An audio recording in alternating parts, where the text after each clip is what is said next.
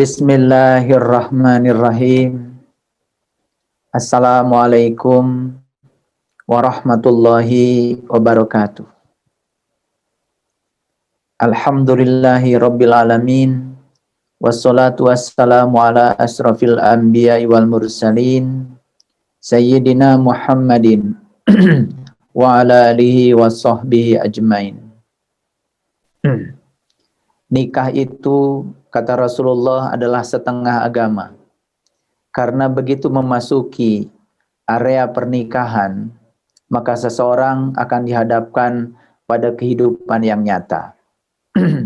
Nikah adalah sebuah perjalanan untuk belajar melepaskan yang tidak diinginkan, untuk melepaskan yang diinginkan, dan menerima yang tidak diinginkan. Oleh karena itu, dalam proses perjalanan mengarungi kehidupan rumah tangga, ada dua kata yang harus kalian perhatikan. Ada rumah, ada tangga.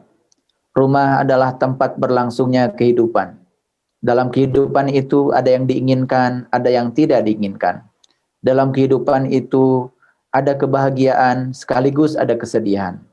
Dalam kehidupan itu ada siang, ada malam. Dalam kehidupan itu segala sesuatu selalu berpasangan. Tangga adalah alat untuk naik, sekaligus juga alat untuk turun. Jika kalian bisa menggunakan tangga, kehidupan rumah tangga dengan menggunakan tangga untuk naik, maka sesungguhnya kalian akan mendewasa dengan sendirinya. Kenapa Rasulullah menyatakan nikah itu setengah agama? Karena lewat pernikahan, seseorang akan dididik untuk belajar menerima dan menghargai perbedaan. Itu sebabnya dalam proses mengarungi kehidupan rumah tangga, kalian harus memiliki 5 hal setidak-tidaknya. Yang pertama, kalian harus memiliki bekal. Dalam Al-Quran Allah menyatakan, "Fatazawwadu fa inna khairuz zadi taqwa." Berbekalah kamu dan sebaik-baiknya bekal adalah takwa. Takwa hurufnya ada 4. Huruf yang pertama adalah ta, yang berarti tawadu. Tawadu artinya adalah rendah hati.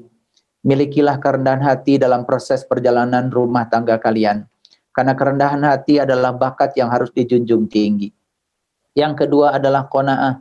Qanaah belajar menerima kenyataan apa adanya. Jangan pernah hidup dengan apa yang seharusnya, karena yang ada adalah apa adanya.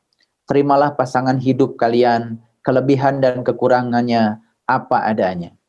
Itulah yang disebut dengan qanaah. Yang ketiga adalah wa'u. Wa'u dari kata waro. Waro itu artinya adalah malu. Didiklah diri kalian untuk malu pada diri sendiri, malu pada sesama, terutama malu kepada Allah. Dan yang keempat adalah alif yang berarti ikhlas. Belajar untuk bisa mengikhlaskan apapun yang terjadi, terima segala sesuatu apa adanya. Oleh karena itu, belajar untuk tidak menyesali keadaan. Jangan pernah hidup di masa lalu, jangan pernah hidup di masa depan. Hiduplah di masa kini, karena masa lalu hanyalah sarana untuk belajar. Masa depan hanyalah sarana untuk berharap. Dan sesungguhnya hidup kalian adalah di sini, saat ini, sekarang. Yang kedua, didik agar kalian bisa selalu sabar. Jangan mudah tersinggung dengan hal-hal yang sepele. Anggap saja semua masalah itu sepele. Karena ketika masalah dibesarkan oleh pikiran kita, maka masalah akan membesar dengan sendirinya. Kemudian yang ketiga, jangan suka memikirkan sesuatu yang di luar kemampuan kalian. Pikirkan saja yang kalian bisa pikirkan. Pikirkan yang kalian bisa kendalikan. Jangan pernah mengontrol sesuatu yang tidak bisa dikontrol oleh kalian. Orang lain menghina kita, tidak bisa kita kontrol. Orang lain membicarakan kita, tidak pernah bisa kita kontrol. Orang lain menjatuhkan nama baik kita, tidak akan pernah bisa kita kontrol. Yang bisa kita kontrol adalah diri kita sendiri. Daripada menutup mulut orang lain, lebih bagus belajar untuk menutup telinga kita sendiri. Kemudian yang keempat, didiklah diri kalian agar tidak memiliki sifat iri hati. Karena iri hati adalah sifat yang harus dikikis habis. Karena iri hati akan menyakiti diri kita sendiri. Yang kelima, jangan suka memikirkan hari esok yang tidak-tidak. Karena manusia umumnya selalu dihantui oleh rasa khawatir tentang hari esok. Belajar untuk optimis menghadapi hari esok dengan cara mendidik diri kita untuk sepenuhnya secara totalitas menghidupi hidup kita hari ini, di sini, saat ini, sekarang. Kemudian yang keenam, usahakan dalam hidup kalian, jangan ada sepotong waktu pun untuk menganggur. Isilah seluruh aktivitas kalian dengan kesibukan, karena kesibukan akan membuat kalian menjadi sangat bahagia dalam kehidupan. Yang ketujuh, jangan pernah hidup dengan pembanding. Jangan pernah bandingkan diri kalian dengan siapapun. Karena sesungguhnya diri kalian masing-masing adalah bibit semesta. Tamu agung yang dihadirkan Allah ke semesta ini untuk menjadi diri kalian sendiri. Jangan pernah menjadi orang lain. Ketika kalian menjadi orang lain, maka kalian akan terseok-seok dalam hidup. Lalu kalian akan terus menggunakan topeng orang lain sebagai penutup wajah kalian sendiri. Oleh karena itu, lepaskan segala rasa khawatir dalam kehidupan. Lepaskan segala rasa takut dalam kehidupan. Belajar untuk yakin kepada Allah. Apapun yang Allah akan terjadikan dalam kehidupan kita, itu adalah cinta dan kasih sayang Allah yang luar biasa. Yang kedua, didiklah diri kalian. Jangan memiliki sifat dendam, sifat amarah. Cekcok dalam kehidupan rumah tangga itu biasa. Yang paling penting ketika kita cekcok, jangan pernah cekcok berjamaah. Belajar untuk saling menahan diri, belajar untuk sabar. Karena disitulah rahasianya pernikahan. Berhenti mengeluh, karena mengeluh itu sesungguhnya adalah doa. Apa yang kita keluhkan dalam hidup bisa terjadi secara terus-menerus dalam kehidupan kita. Jika ada masalah, selesaikan masalah satu persatu dengan cara meningkatkan kesadaran kalian masing-masing. Karena sesungguhnya kalian tidak akan pernah bisa menyelesaikan masalah jika kalian menggunakan kesadaran yang kalian miliki pada saat terjadinya masalah untuk menyelesaikan masalah. Oleh karena itu belajar meningkatkan kesadaran. Jangan pernah membawa masalah ke tempat tidur. Karena sesungguhnya saat kita tidur masih memikirkan masalah, maka kita akan terganggu. Ketika tidur kita tidak bermutu, otomatis kehidupan kita pun tidak akan pernah bermutu. Jauhi segala urusan orang lain. Belajar untuk mengurus urusan pribadi kita masing-masing. Karena mengurusi orang lain bukanlah wilayah kita. Hiduplah di saat ini sepenuhnya secara total.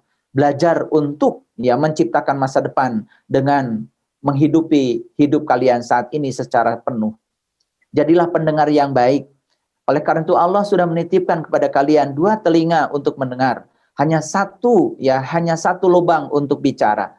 Itu artinya apa? Dalam hidup ini lebih banyak mendengar daripada berbicara. Karena dengan banyak mendengar, pintu hidayah akan terbuka. Dengan banyak mendengar, maka aliran pengetahuan akan masuk ke dalam diri kalian.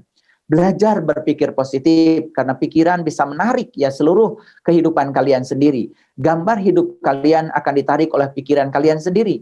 Ketika kalian terlalu banyak menjejali pikiran kalian dengan hal-hal yang negatif, apa yang kalian jejalkan pada pikiran akan terjadi dalam kehidupan kalian. Itulah yang disebut dengan hukum tarik-menarik. Belajarlah selalu bersyukur dalam kehidupan ini. Sekecil apapun karunia Allah yang diberikan pada kalian, belajar untuk bersyukur. Karena syukur adalah membuka pintu berkah yang sangat luar biasa. Jangan memelihara kebencian sekecil apapun, termasuk pada pasangan hidup kalian.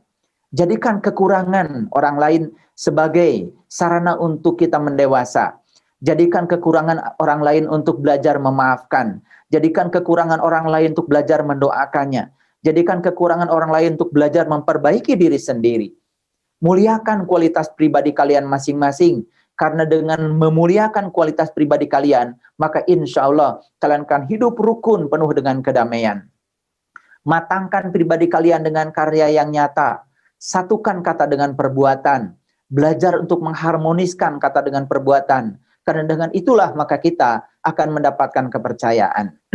Belajar menjadi teladan, menjadi sumber cinta bagi orang lain. Belajar menjadi sumber cinta bagi keluarga. Jangan terus-menerus memaksakan cinta. Belajar untuk mengungkapkan cinta. Kalau kita ingin dicintai, ungkapkan cinta sebanyak-banyaknya dari diri kita. Oleh karena itu, belajarlah untuk menjadi sumber cinta. Belajar untuk menjadi diri sendiri. Belajar untuk berbuat baik sebelum menyuruh orang lain berbuat baik. Karena kebaikan yang kita alirkan keluar tanpa dilakukan oleh diri sendiri, tidak akan pernah mengubah lingkungan kita. Selalu berbuat sesuatu dengan hati yang bersih. Jangan ada kelicikan, jangan ada kecurangan, apalagi ada kedengkian di dalam proses menjalankan kehidupan rumah tangga. Perbanyak belajar, perbanyak ilmu, karena ilmu akan menjaga diri kita. Beda dengan memperbanyak harta. Siapapun yang memperbanyak harta, justru dia akan dihabiskan waktunya untuk menjaga hartanya. Tetapi siapa yang memperbanyak ilmu, ilmunya sendiri yang akan menjaganya. Bekerjalah dengan tubuh, bekerjalah dengan pikiran, bekerjalah dengan jiwa yang harmonis. Jadikan setiap kritik dari orang lain, jadikan setiap hinaan dari orang lain untuk memperbaiki diri, bukan digunakan untuk menyerang orang lain. Percayalah bahwa kematian itu adalah suatu kepastian. Pada akhirnya, dalam proses mengarungi kehidupan rumah tangga, ujung pangkal dari kehidupan kita adalah menuju kematian. Jadikan kehidupan rumah tangga kalian sebagai sarana untuk mempersiapkan diri, ya, mematangkan diri menuju pada kedewasaan. Sehingga kelak ketika kalian dipanggil oleh Allah untuk memenuhi ayat Inna lillahi wa inna ilaihi raji'un, kalian sudah siap untuk kembali menjadi satu senyawa dengan dia, menjadi seperti dia, menjadi seperti akhlaknya dia, memiliki sifat-sifatnya dia. Itulah tahaluk biahlakillah. Dan itu akan bisa dididik dalam kehidupan rumah tangga kalian. Oleh karena itu, maka kalau kalian ingin berbahagia di dalam kehidupan, ya, bahagia itu tidak pernah dihasilkan secara tiba-tiba. Bahagia itu hanya bisa diciptakan oleh kalian sendiri. Kalian mau bahagia, kalian tidak bahagia, tentu saja terserah diri kalian sendiri. Maka oleh karena itu, pesan ayah kepada kalian, belajar untuk membantu dan menolong orang lain. Karena sesungguhnya bahagia itu pada dasarnya adalah membahagiakan orang lain. Kalau tidak bisa membahagiakan orang lain, paling tidak jangan menyakitinya, paling tidak jangan mencelakakannya. Belajar untuk mempraktekkan welas asih dalam kehidupan rumah tangga. Belajar untuk memperbanyak kebajikan. Ingat ya, ingat bahwa kita tidak akan pernah mendapatkan yang diinginkan itu ya sebagai sebuah berkah apabila kita tidak menciptakannya. Hiduplah dengan penuh kasih sayang, belajar untuk toleransi, belajar untuk saling memahami, bukan untuk saling menyalahkan dalam kehidupan rumah tangga.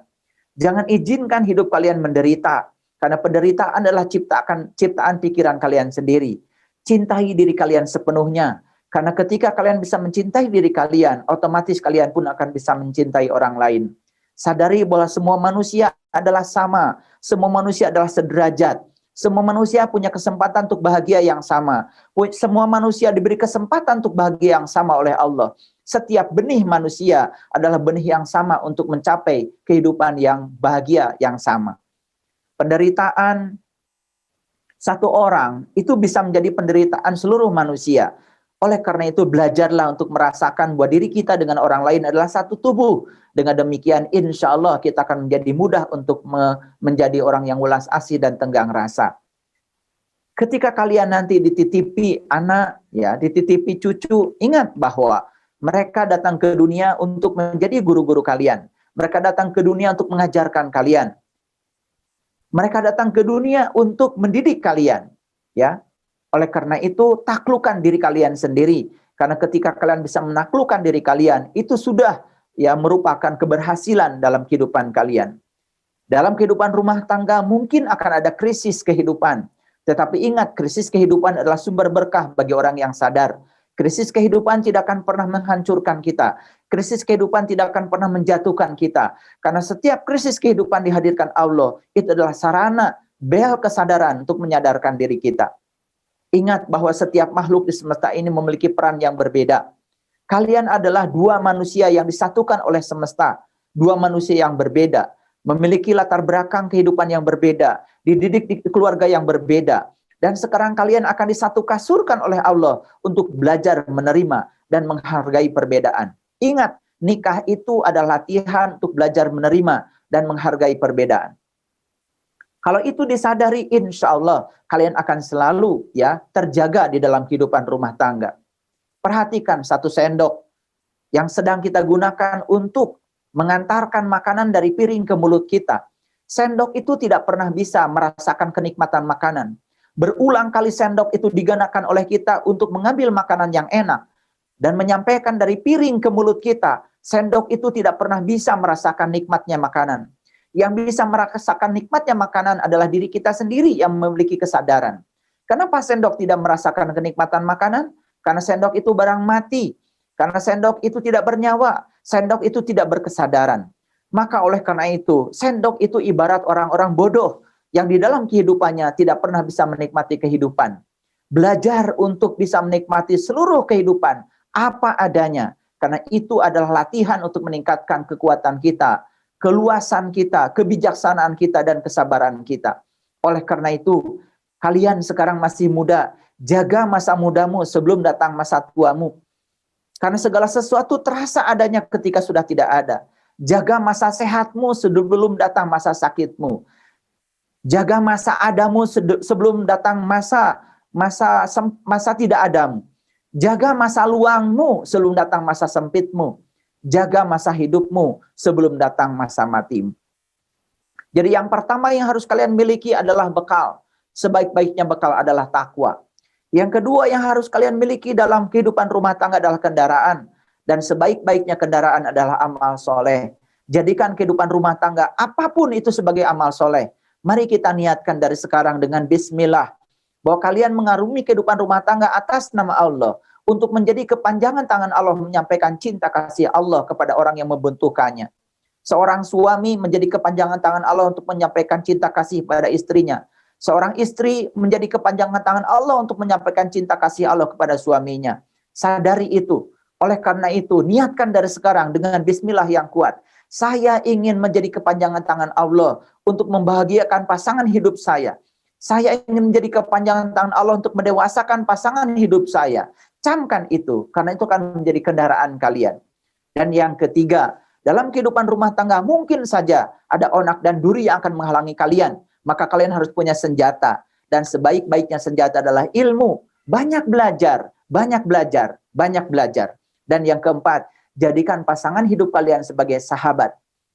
Dan yang kelima yang paling penting, miliki tekad yang kuat. Sekali lagi, miliki tekad yang kuat.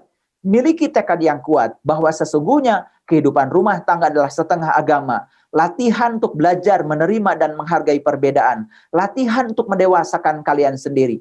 Dengan demikian, insya Allah, jika semua yang saya sampaikan hari ini, pagi ini, di awal kehidupan kalian berumah tangga, camkan semua nasihat yang saya sampaikan. Insya Allah, kalian akan bisa mencapai kehidupan rumah tangga seperti yang sering dibicarakan orang. Sakinah, mawadah, warohmah.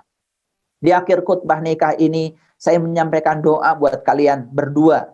Semoga kalian diberikan kesehatan, kedamaian, kebahagiaan, umur yang panjang, diliputi oleh rezeki yang berkah melimpah dari segala arah, diberikan ilmu yang berkah, diberikan kehidupan yang berkah, diberikan rumah tangga yang berkah, dikaruniai anak-anak yang menjadi anak-anak yang menjadi penyejuk hati, penenang jiwa bagi kalian. Anak-anak yang membawa berkah untuk kehidupan kalian.